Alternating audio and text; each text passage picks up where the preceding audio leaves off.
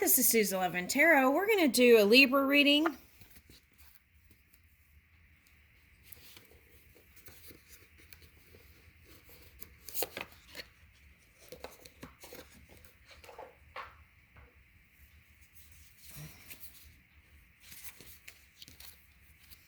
right, let's see what pops up. Well,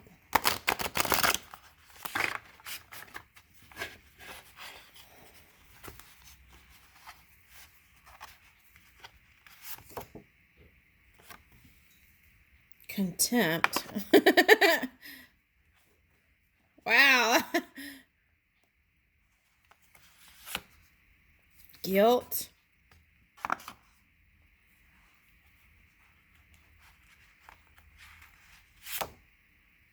Fear.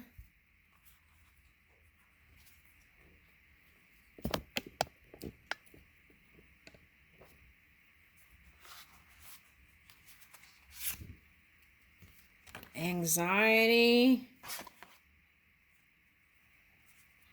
This is, I was like, this is Capricorn Moon. Okay, so we're getting all this funk out, y'all. Okay, I'll label it to make sure.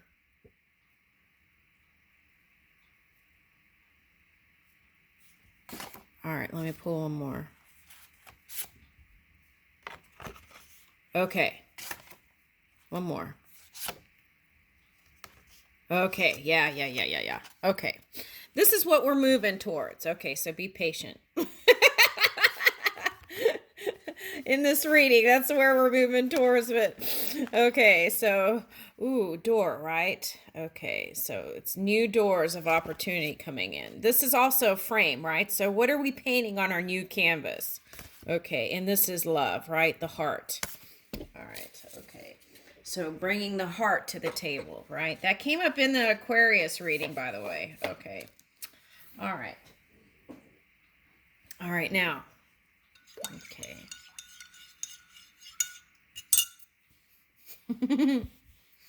Okay. I put cocoa in my coffee. I hope I don't get it on the cards. Okay. All right, here we go. All right, so let's start with, I'm not going to read the cards. I'm going to, all right, so I feel like these are kind of the emotions, right, that might have even been hidden. Some of you might be aware of it, and some of you might have suppressed it, okay, through your experience. And that's why it's popping up as the Capricorn Moon is calling for revisit real quick, okay. And then move, when we can understand subconscious, right, or what's suppressed, then it won't pop up in the physical reality for us to look at as a war, right? Okay. All right, so it's like handling the emotions early. Okay, and moving that will change the world, right? Okay, now sometimes Libra energy can just want to keep the peace and push it down and not say something, right? And then blow up. Okay, so we want to try and avoid that, because if we're doing that in our emotions, that should come up as in Gaia as earth shakes. It could come up as a volcano, things like that. So you want to watch it. They're showing me a mud volcano, so it's like you want to be mindful if you live around these kind of things and you're having these extreme emotions and fire and water. You want to see if you can move it quickly, right? Okay, because you're not in a place where we're not connected, even though it seems like we're separate because we're each in individual human vessels, right? Okay, but it doesn't mean that we're not connected. Okay, if you look at the in-between space in humans, there's, even on my shoulder, there's all these little energies all around here. Okay, so and it's all connecting. It's like connecting links. Okay, It's like links, links, links, links, links. That's all I see. It's not all I see. I see a lot more, but at any rate. Okay, so all right, so we want to release these things. Sometimes as a parent, guilt it's like you can, it's like, are you doing the best thing for your child and this and that, right? And they're showing me like the first child, sometimes a parent reads like 40 books, right, to get it right. And then the second child, there's a little bit more ease, right? Okay, so it's something like that. It's like moving in the ease now, right? And knowing that, I feel like all parents do the best that they can with the things that the tools that they're given, right? Or have right at their disposal. Okay, so it's learning how to release that. And also there's things like divorce can cause guilt, separations, putting work first instead of love. These are all things that could get pushed down without even being aware of it. Okay, so all right. So then when there's a divorce or something, you can have contempt for something, right? And I call that the brewing energy. Okay. So, and if you've practiced that kind of criticizing energy for a long time, some people weren't even aware that they were doing that. It was just automatic. Even like automatic writing, it was kind of like that, but in the mind. Okay.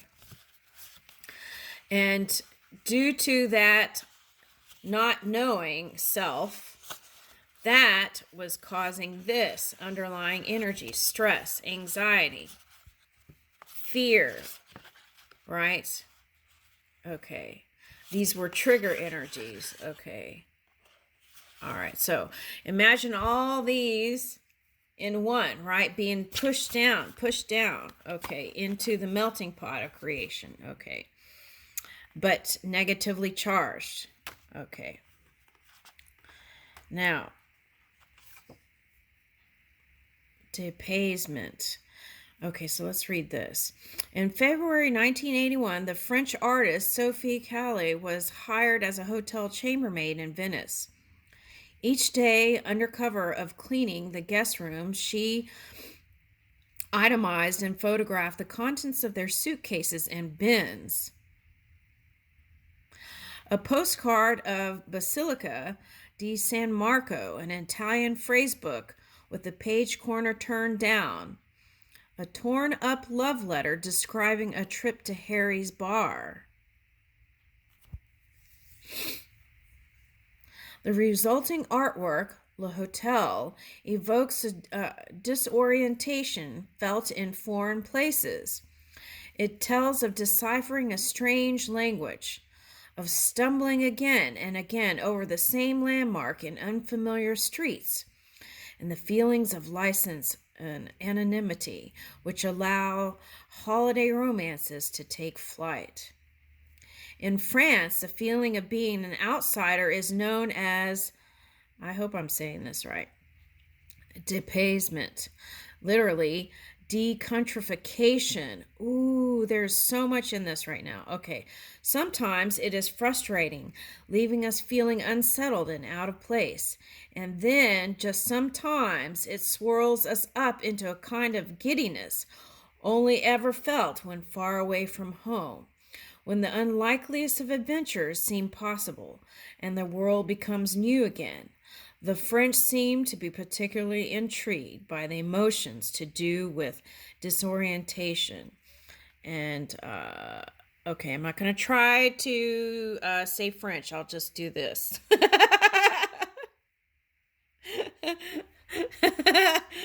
Okay.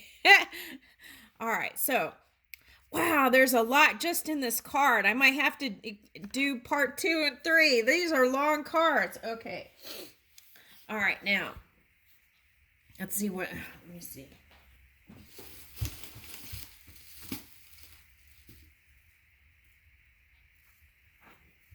Okay, let me see if I could squeeze this one in and then we'll start another one.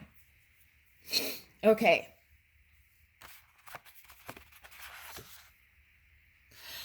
All right, so there's a lot in here. Okay. So it's like a lot of there is kind of like spying energy, right? Okay, and that can cause stress.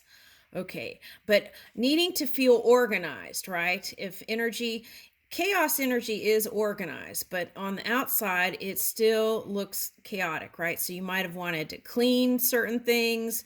You might have gone on trips doing something similar to this, uh, like just wanting to feel love again, right? If you're separating from someone and then moving with someone else, wanting to feel that kind of free feeling again, right? Especially if you're holding any of these things, right?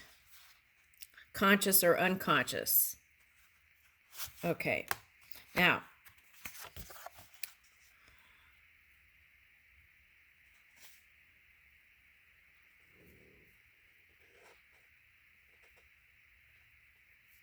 okay, so I feel like some of you are getting married. I'm picking up. Okay. That's what I'm getting with that basilica. I tuned in there and I got marriage for some reason. Okay. All right. So, an Italian phrase book with a page corner turned down. A torn up love letter describing a trip to Harry's bar. Oh, I just saw Harry's video on YouTube the other day. And it had like a house, it was a theater, and it was like moving this thing. And okay, so maybe this is for Libra and Aquarius. Interesting.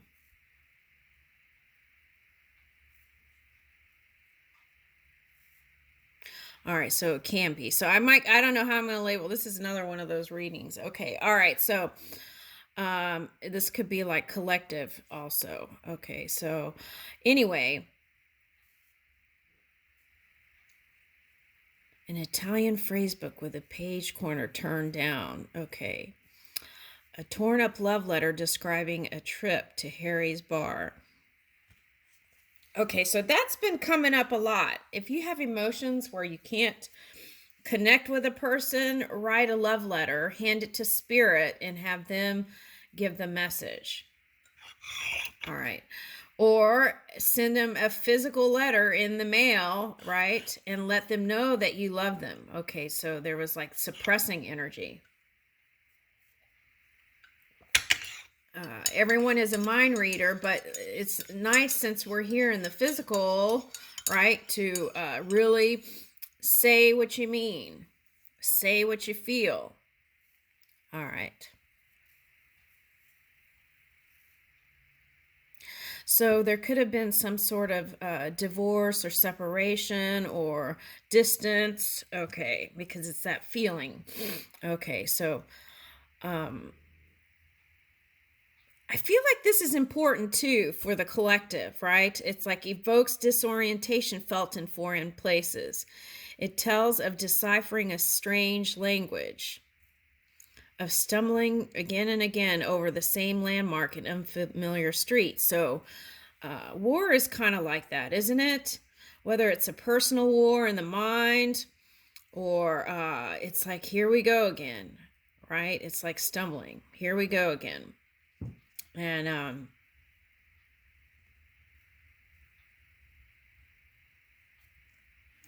okay, so I feel like there were like some secret rendezvous for some Librans, right? Secret rendezvous is what I picked up just now. Okay, wanting to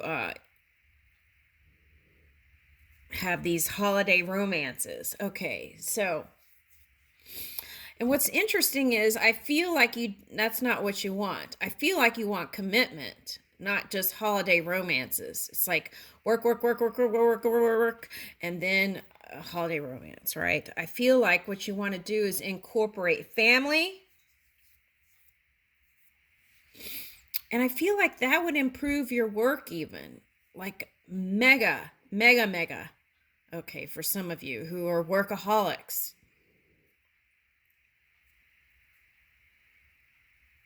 Okay, so there's nothing wrong with being extreme working, but Are you neglecting self, right? Are you taking care of self?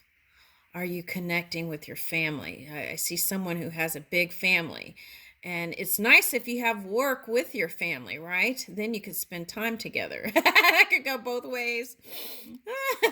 Okay. At any rate, I feel like it's calling for more connection, and I feel like that would bring a feeling. But here it says decountrification. So I feel like extreme nationalism, right, is, to me, it is dangerous. Okay, so that's where extreme nationalism can cause a trickling in.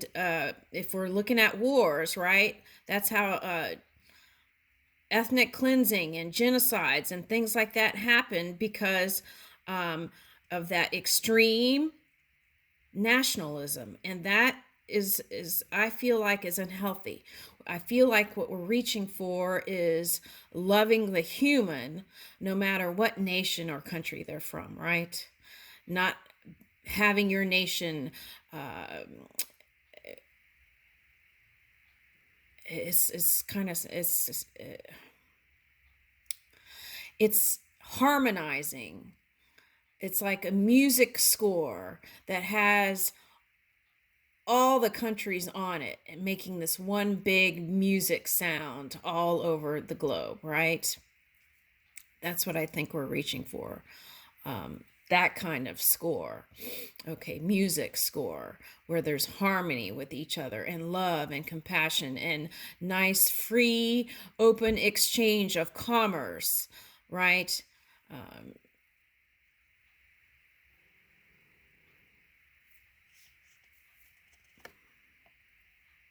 Yeah, and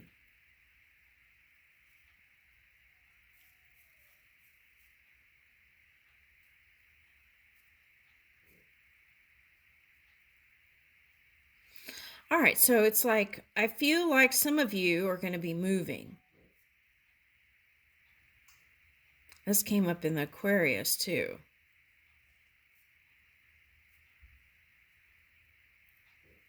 Okay. I don't know why I picked up Switzerland just now. Okay. I had a boyfriend from Switzerland and he was the greatest chef. Oh my gosh. He was such a good cook. I miss that. Okay. Oh, anyway, okay, so I feel like it's they're giving me, wherever I put my hat is the home song. Okay, so it's like feeling home wherever you go in the world and having that free openness to be able to go anywhere and feel safe. Now, I feel like for someone, I won't, okay, so someone didn't feel safe uh, being able to do that when it was the mind that was causing this person to feel like they couldn't travel in these different places when you really could. Okay. There was fear there, okay, for one person. Now, it's a man. Okay. All right. I know my dad, he was a lieutenant colonel, and then when we went to Japan, and but he couldn't visit certain countries. He was a commander, and he wasn't allowed to go visit certain countries. That was part of his thing. So if it's that kind of limitation, yes, you know, maybe those were the places you wish you could visit. But now, and I'm serious, this is going to sound funny, but they've done studies where you could put a VR headset and really feel like you've been there. So if you have that kind of, you feel like you have that kind of limitation, I suggest wherever you feel like you're being left out of those places, put that VR headset on and explore, okay, those places, because I feel like you would have the same effect. And it probably would be easier because you wouldn't feel tired from the travels and you wouldn't have all that having to go through those things, so try that, okay, for whoever this is, okay. I feel like they're showing me, I feel like you would feel just like you've been there, okay. And so what does that do, right? That can create that experience for you somewhere else. It doesn't have to be that place. That good feeling place is what people are reaching for. It's not necessarily the country or this or that. It's that feeling, right? So as you do that and experience that on a VR headset, you've created it. So then wherever you go, it can show up. Okay, so there's something to that. Okay, so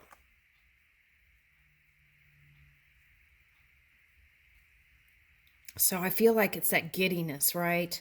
That kind of youthful feeling that you want to feel again, and you might blame the world for it. Okay.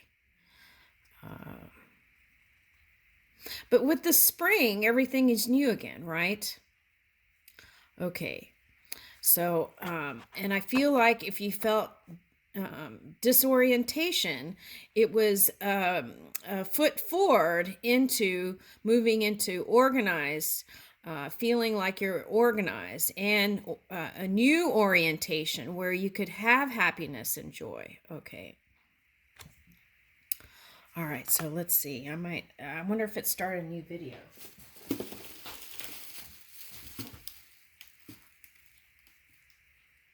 Okay. Okay. So I feel like, let's see. Let's do fear, and then I'll start a new video.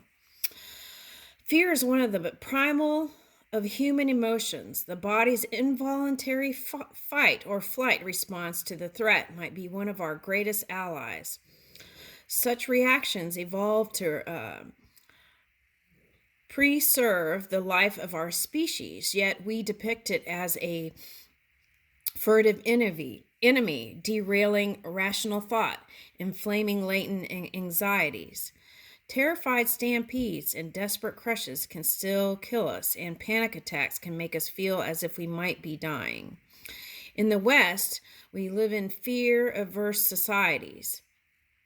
Our public spaces may be festooned with security cameras and warnings to be vigilant, but these repeated exhortations to reduce risk may increase our nervousness. Continually reminded of our vulnerabilities, we may become more susceptible to political rhetoric, which offers us protection in the face of global menace. The situation is exacerbated by what sociologist Frank Furedi calls fear entrepreneurs, who stoke up threats with screaming headlines and pernicious adverts. Are you losing your hair? Are you unfulfilled by your job? We used to fear thunder and wild beasts. Now seeing an advert in a newspaper or getting on a train seems to bring some new danger into focus. Okay, yeah, this is very important. Okay. Yeah, I noticed that, okay, I don't get on TV, but when certain events happen, I get on the news and I study different things, and I do notice that, right? It's like people, these advertisements find whatever your vulnerability is, whether it's being fat or too skinny or, these kinds of things, and then they make these, it's like, who has the controls? Do you or do these advertisements, right? Or the government? All right. So, and these advertisements usually aren't geared towards helping you. These advertisements are geared towards profit. Okay. So also, now they even make advertisements that show you that they care for your feelings, right? And so and then you watch this long, what is that, you you watch this long doodle, you watch this long doodle because you feel like they care about whatever your condition is, right? And then they go into this long doodle that goes to another doodle. Okay, and you get what I'm saying. So they got it's like they got your goat then. Okay, so be mindful of those things and what you're focusing on. And I feel like what was mirrored in Russia to us was that pay attention to what you're focusing on. What are you giving energy to? Do you know your own vulnerabilities? Do you know these susceptible places and the geopolitical map, right? What kind of rhetoric or language are you ingesting in your mind, right? Is it truth? Does it have to be your truth, right? Those kinds of things. Okay, and all that, right, can cause stress. Okay, so if you want to look into that book, I'll okay, I might read that. Okay. Read more about that. Okay. Anyway, so right, so fear, thunder, and wild beasts is kind of what we've been experiencing on the global canvas. Okay. Now we could say canvas, but also it's like there needs to be some sort of emotions there, right? Because if you have complete detachment and are pressed at just pushing your reality, then we saw what happened in this war against Ukraine, right? Okay, so that can be dangerous too. Okay, it's like my way or the highway. Okay, and it wasn't just the highway. We know what came with that. A lot of lives. All right, so if at any random point you felt some energy that wasn't yours, this could have been trickling in. Okay, so this global stuff, right? Okay, so if you understand you and your own energy, you would be able to discern what is yours, right? Okay. Okay, so there's a Libra here that has been losing hair. Okay, so that's probably why this showed up. Okay, but anyway, the key is to take focus off of it. My dad had that fear too, and my mom used to tell my dad, eat seaweed and your hair will grow. And so he would eat seaweed. And so is it the belief or was it the seaweed? Okay, so it might have been a combination of the both that helped him to retain the hair that he did have. But it's like, don't let those outside things affect your self-esteem, right? Okay, because if your self-esteem is wobbly or shaky, then that can affect ego, which can affect not just you, but the people around you, right? And then that could go into the globe. So we want to be mindful of that. And I'm going to start a new video. Thank you.